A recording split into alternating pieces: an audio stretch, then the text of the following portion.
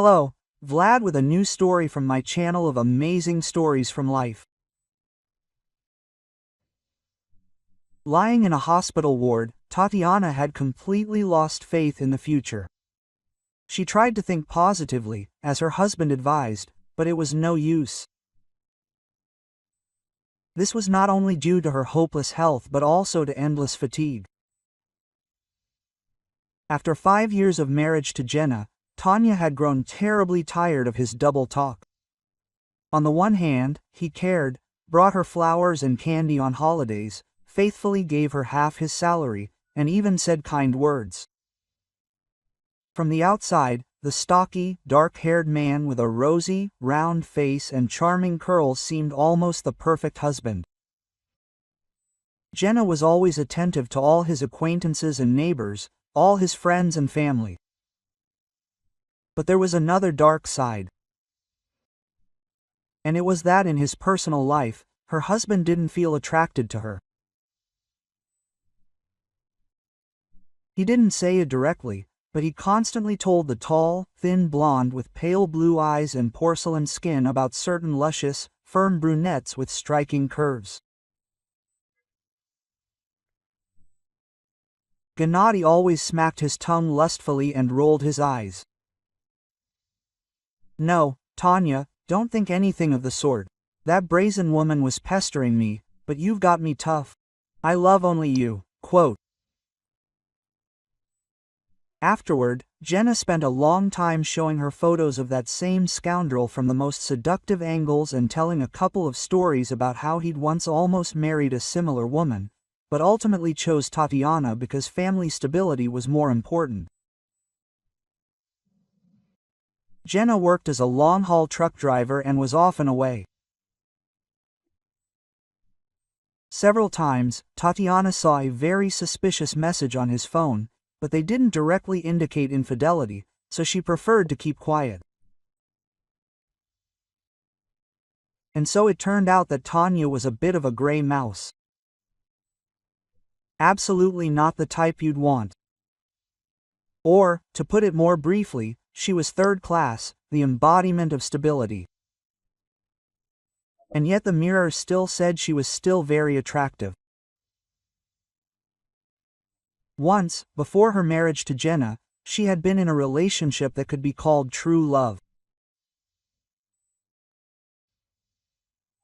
She could still see Lyoshka before her, a skinny blonde with thick glasses. He had courted her back then, before they moved to the big city. And no one could have been happier than the two young lovers. Lyoshka was studying to be a doctor and lived with his mother. Tanya, on the other hand, couldn't afford to finish higher education and was very proud that at least her future husband would have one. Tanya's mother had given birth to her late in life, and by the time her daughter finished school, she was already quite old and ill. A hard life, filled with endless part-time jobs and saving on everything, had taken its toll. Get married while I'm alive.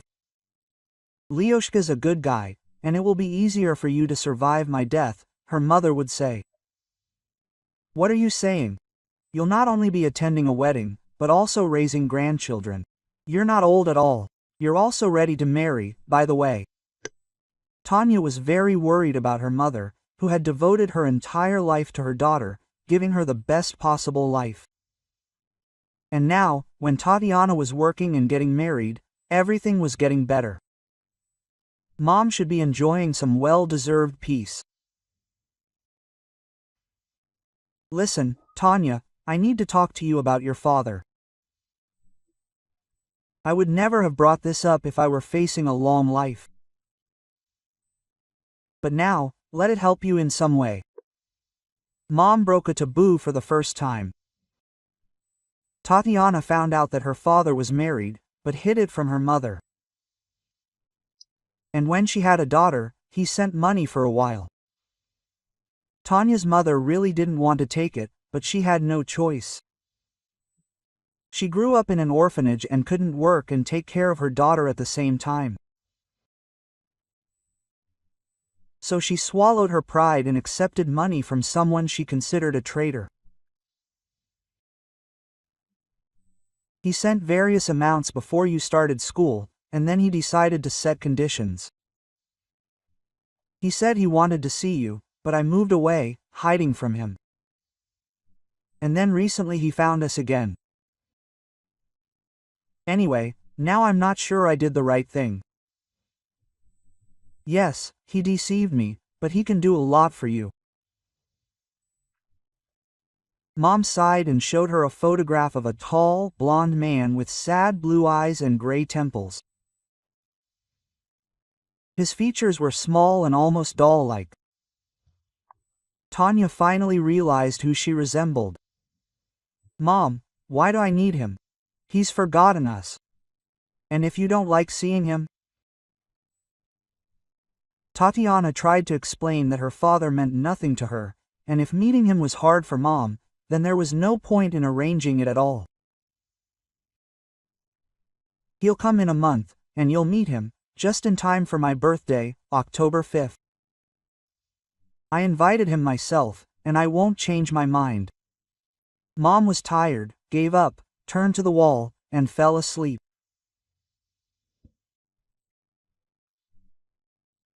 A few days before meeting the man she once loved, Mom died, so Dad met Tatiana at the funeral. It was raining. A strange, gray-haired man covered her with a huge black awning. He had organized a lavish funeral, the best place in the cemetery, but Tanya hated him at that moment. She thought Mom had simply fled to the next world, just to avoid meeting the man who forced her to love him and deceived him. Thank you, Igor Alexeyevich, for helping with the funeral. Call sometimes. Tanya choked, blushed, and added, just not very often. It's clear we can't be family anymore. Quote. Dad blushed and nodded. He kept trying to explain his reasons. He said he planned to live with them later, after he divorced his wife. He asked me to call him Daddy, not Igor Alexeyevich. But Tanya was adamant. She simply wanted this man to leave and never come back. They had never been a family, so where would they even begin? But I sent money while your mother took it. Father grew tired and waved his hand, realizing that this argument wouldn't work either. You know, when you're so selfish, money doesn't help. And my mother didn't ask you to love her as much as she did, but you could at least be honest with her. Tanya saw her father's face twitch when she called him Igor Alexeyevich yet again. But at that moment, she didn't feel sorry for him. She even felt a kind of tired satisfaction that not everything was Maslenitsa for this cat. Father said goodbye, and Tatiana thought she would never see him again. 3 months later, she and Lyosha were supposed to get married, but they postponed the wedding due to mourning. They should have gotten married quietly. After all, Tanya had found out she was pregnant. Lyosha, we're having a baby. She was sure her fiancé, her one true love, would greet the news with joy. You hardly need me, you have a rich daddy now, Alexei sighed, and told her that Tanya's father had offered him money and a good job, just so he'd forget about his daughter. Seriously? Yes, how is he? Tatiana even burst into tears. She became hysterical. Her face turned red. A cramp ran up her legs, her hands shook with impotent anger, and her heart felt like it was pounding out of her chest. Isn't that why you postponed the wedding? Well, you wanted to get rid of me. Alexei seemed surprised. And then Tanya realized that she really had hardly talked to Lyosha about how hard it had been to cope with her mother's passing. She rarely saw him and was constantly silent, hoping the guy understood everything. How could you even think such a thing? It was like an avalanche. Tatiana expressed everything that had accumulated over these long months. She told him about her grief, about how she didn't want to have anything to do with his father, and added, "I'm very glad that we're going to have a baby. Let's just get married and forget about everything. We just need to move on with our lives." Alexei was happy. They slept hugging each other in Tanya's empty apartment, reminiscing about the past, making plans for the future. In his arms, Tanya was sure, now everything will be fine. And the next day, Alexei was in an accident. She hadn't yet had time to really process it, and Lesha's mother had already said that he had been taken to Moscow, to an expensive clinic. "But I have to go to him." Tatiana was ready to spend all her savings on this trip. It's better for him not to worry now. Besides, our wealthy friend insisted that no one disturb my son. The future mother-in-law pursed her lips. "Okay. And where did you get that kind of money?" Tatiana felt then that something was wrong, and a month later, she found out she was right. Lyosha's mother suddenly called her and said, "Your son has gotten worse. So she's selling the apartment and leaving forever." "How can this be? I didn't want to tell you ahead of time, but you're going to have a grandson or granddaughter." Tatiana whispered this through tears. Quote, "Oh, well, I guess your daddy will help you too." And only then did Tanya realize who the wealthy man was who had provided her fiancé with treatment. She waited a long time for Alexei to recover and call, but it never happened. Tatiana didn't take anything from her father. She gave birth to a child and even managed to hold the girl in her arms, naming her Lena. Quote, "It's okay, my mother raised me alone, and I'll manage," she told the little girl. She had different colored eyes, one brown and one green, and her little nose was adorned with tiny freckles. Just like her mother. And this filled Tanya's heart with even more warmth. But when she came to be discharged, it turned out that the baby had died. How? She was healthy. Tatiana couldn't understand anything. Lena didn't look like someone who was about to leave this world. "Your daughter had a congenital heart defect," the doctor threw up her hands.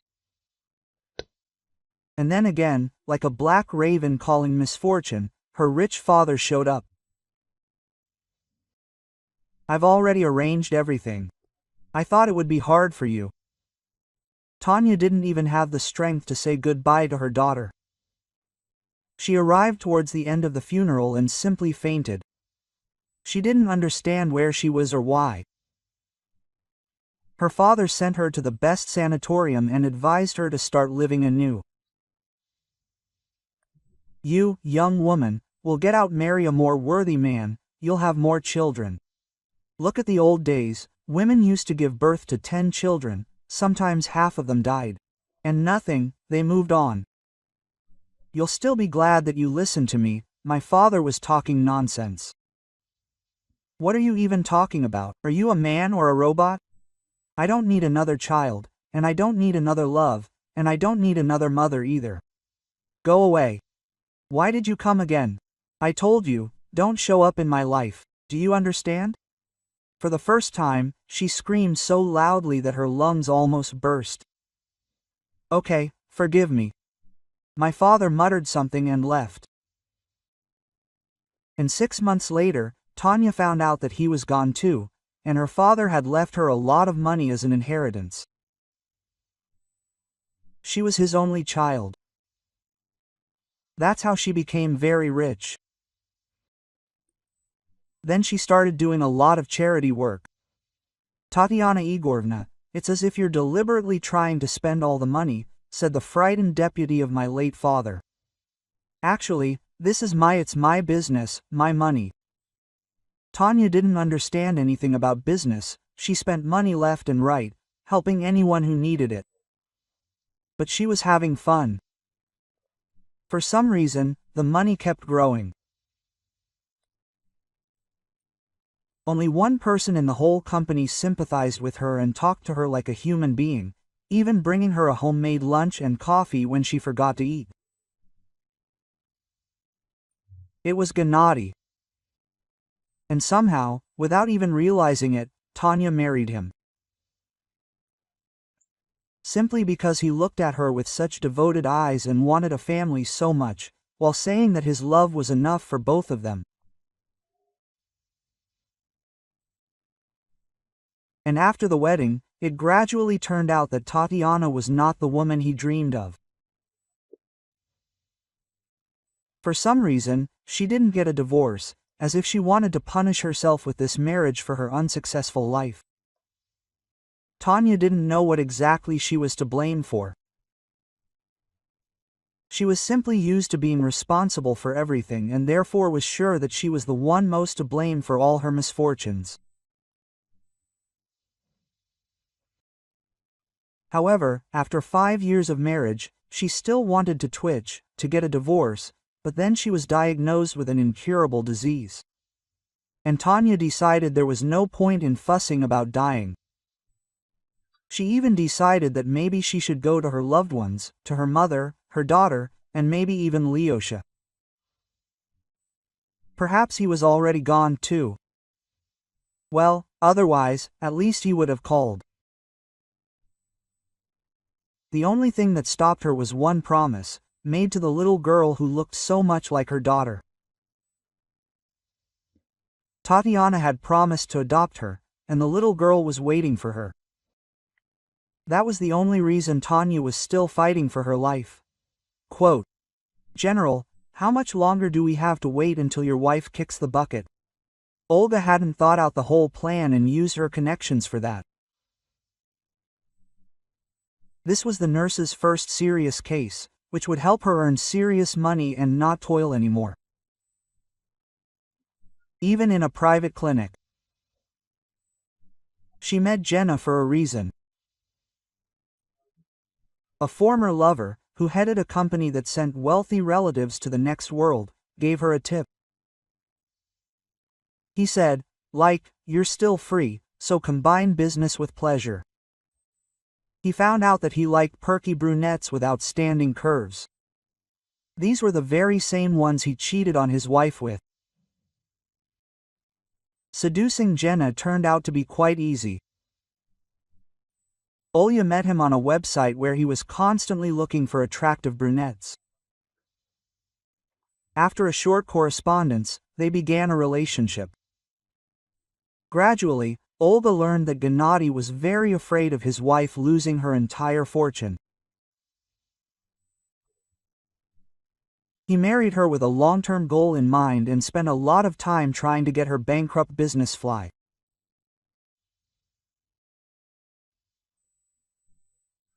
It's probably not nice to say this, but your Tanya is an unhappy person, and maybe it would be more merciful to help her not end up in the place where her mistress carefully and badly threw her a fishing rod. What do you mean? Asked Gennady. Because his eyes lit up with excitement when she outlined the win-win plan. Olga understood that Jenna was not a wimp at all. Well, of course, I wouldn't have suggested such a thing if your wife hadn't been so unhappy. She lost her child, her first love, her mother, her father. And you know, I love you. Fell in love at first sight. It was unclear whether Gennady believed her confession, but he clearly wanted to get rid of his wife. In the end, he made sure that Tatiana went for an examination at that particular private clinic. Well, then Olga had already pulled the wool over her eyes with the help of her colleagues, so now the matter was almost in the bag. Tanya believed that she was about to die, and did not suspect anything, although in fact she was simply being injected with drugs that induced a state of weakness. Gennady, however, was completely delighted that he would solve the problem with someone else's hands. Olga didn't know the extent his now almost ex-wife's fortune, so the 10% she was demanding from the inheritance could easily be significantly reduced. His wife was still somewhat tolerable, but she was overly fond of charity, throwing money around left and right, and to top it all off, she was planning to adopt a homeless girl. The only thing he needed was competition for his future inheritance. Quote, "Let's have the baby ourselves, you'll get better," Eugenia said. "No, after that incident, I don't want to get pregnant again. What if my child dies again? It seems I'm cursed," his wife replied. And so, contrary to his opinion, she began the adoption process and told him, "If things aren't working out, let's get a divorce." So the proposal from his mistress came at just the right time. Jenna didn't know what else to do. His wife seemed obsessed with this orphan. She was especially struck by the fact that the girl's eyes were different colors. Tatiana constantly talked about this. Little Lena was worried. The aunt who had promised to adopt her stopped coming 6 months ago.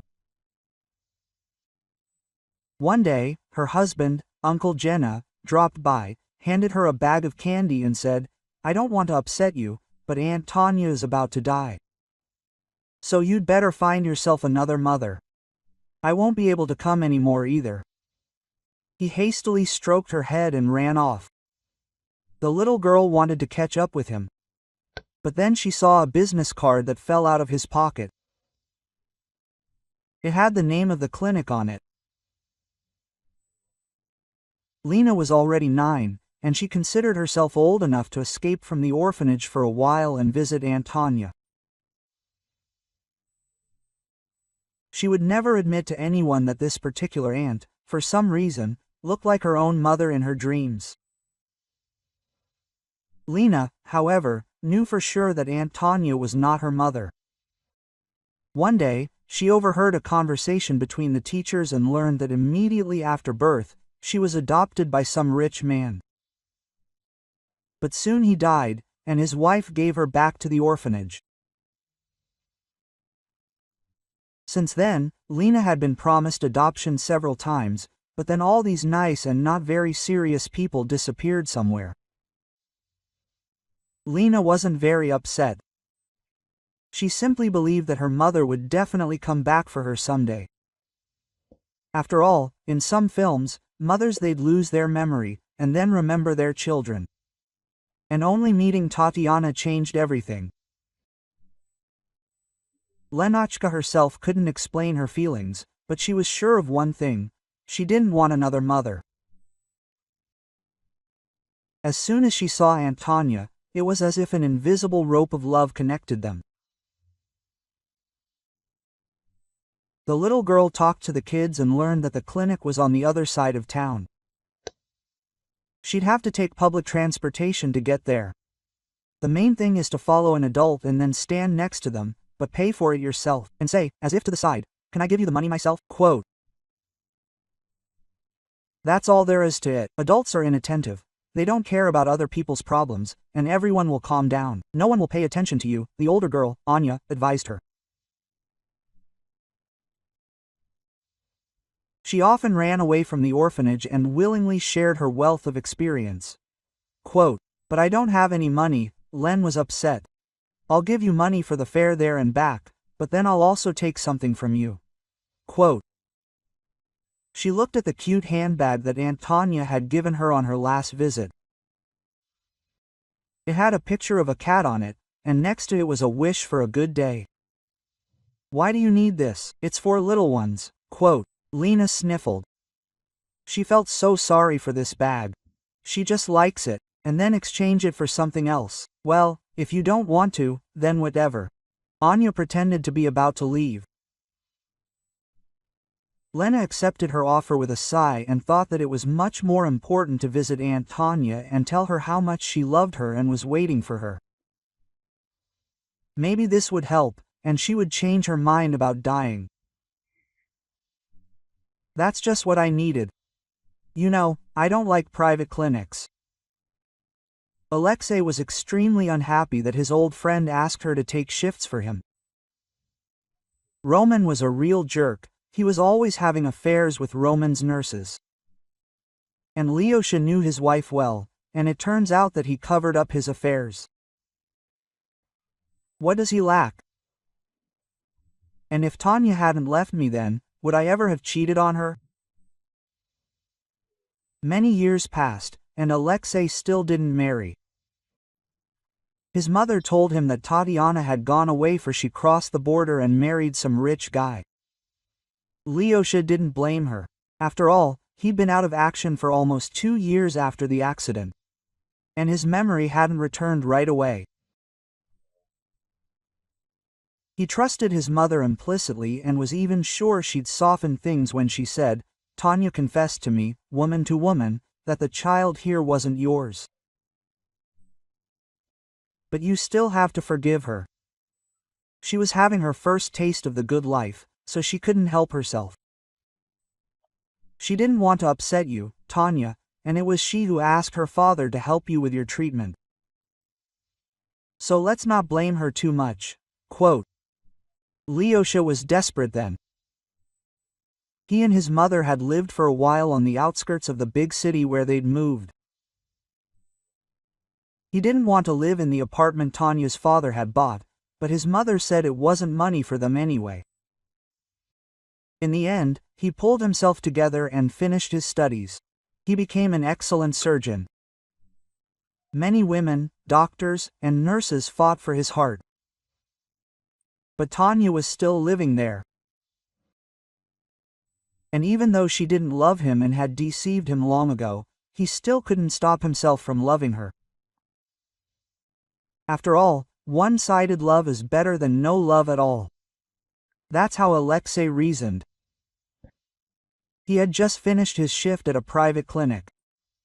He had to participate in a difficult operation. Oh, that Romka, he said it was nothing special, just a routine shift. Yes, Lyosha himself almost died during that complex operation. Dropping from exhaustion, he was getting ready to go home when he suddenly saw a strange, skinny girl. She had funny freckles on her face. One eye was brown, the other green. "Little girl, excuse me, you seem kind. Help, huh?" Quote.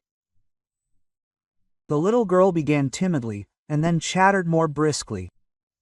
"Can you tell me you're my dad, because they won't let me see my mom? She's been asleep for a long time, and I just ran in from the orphanage for a while." "Is she asleep?"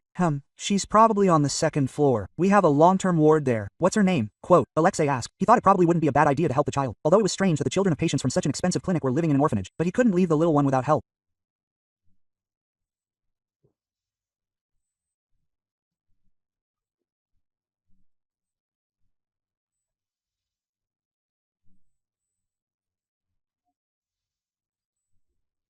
He had to figure it out. Lena gave him her first and last name. Alexei leafed through the register and found the ward number. No one asked him where he was going. Everyone knew. He was Roma's friend. And he was a big deal at the hospital, since he was on friendly terms with the head doctor.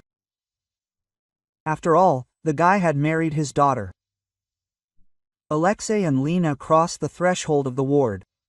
The patient was indeed asleep. It was dark inside.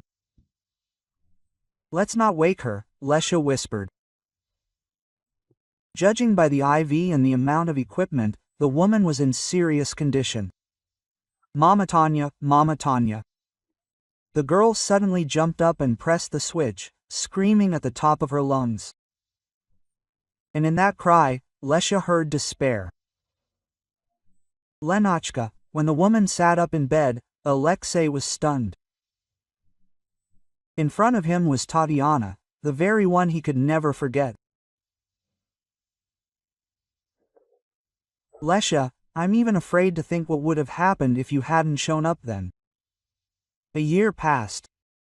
Tanya divorced Jenna. Alexei persuaded a friend to look through the old camera footage and learned of a conspiracy between some doctors from the clinic and a nurse with Tatiana's ex. She was alive again. Alexei told this story to his mother, and she tearfully admitted that she had not expected a child from him. Then Alexei contacted the wife of Tatiana's late father and learned that their daughter had not died at all. Tanya's father adopted her, then died soon after. And the stepmother simply gave the unwanted girl to an orphanage, although she promised to tell Tatiana everything or take care of the girl for the rest of her life. Lyosha conducted a genetic analysis, and it confirmed the assumption that Lena was their daughter. Alexei spent a lot of effort trying to figure out why Tanya's father did this. But his wife only said that he had despaired of establishing contact with his daughter and wanted to at least have his granddaughter at his disposal. So he bribed one of the marginalized birth mothers, who still wanted to give up the child, and her daughter died in the process.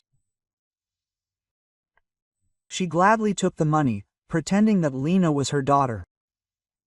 Well, then she simply renounced the child. Tanya was told that her girl had died. It was hard for Lyosha to forgive his mother for this lie. He began seeing her much less often. But by the time Tanya Lyosha had a son, they decided that it was not worth bringing up the past and began visiting more often. It seemed that everything they became much happier.